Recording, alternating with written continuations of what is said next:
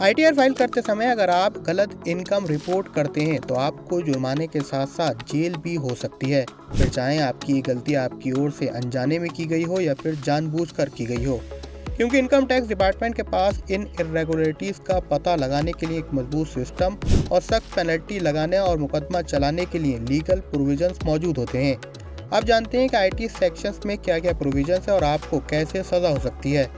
तो IT act के section 270 ए के अंडर यदि इनकम टैक्स पेयर्स ने अपनी इनकम कम शो की है तो उस एक्स्ट्रा अनरिपोर्टेड इनकम पर टैक्स का 50% जुर्माने के रूप में देना पड़ सकता है।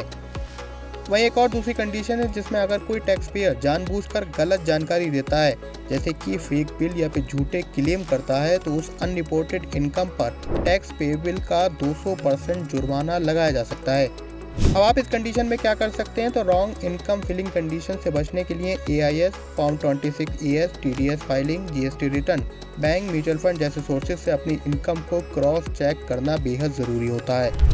अब आपसे ये गलती हो जाए तो आपको करना है कि आपको आईटी एक्ट 139 क्लॉज 5 के अंडर अपडेटेड रिटर्न फाइल करना होगा और आईटी डिपार्टमेंट की ओर से इसे अगर पकड़े जाने से पहले इसे आप फाइल करते हैं तो आप पेनल्टी से बच सकते हैं। बता दें कि इनकम टैक्स पेयर्स के लिए आईटीआर फाइल करने की डेट 15 सितंबर है। तो क्या आपने भी अभी तक अपनी आईटीआर फाइल किया है तो हमें कमेंट सेक्शन में ज़रूर लिखें।